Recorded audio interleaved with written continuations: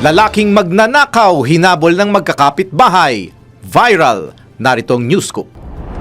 Balot ang ulo at umiiyak ang lalaking ito sa Deparo, Caloocan. Ito ang nakuna ng mga residente matapos mahuli ng mga barangay tanod na umano'y nagnakaw sa isang simbahan. Rinig rin ang sigawan ng mga residente para pababain ng sospek. Sa video, pinapababa ito ng mga barangay tanod na may dalang batuta pero nagtagal pa ang paghuli sa kawatan dahil sa takot na kuyugin ito ng mga tao. Nang makahanap ng hagdanan, maririnig sa video na nagmamakaawang sospek pero binaliwala ito ng tanod at dahan-dahan kinapkapan ng lalaking sospek na humantong sa paghubad nito ng suot nitong short bago ito tuluyang bumaba. Dahil sa inis at galit ng mga residente, hindi napigilan ng ilan na sampulan ng kawatan.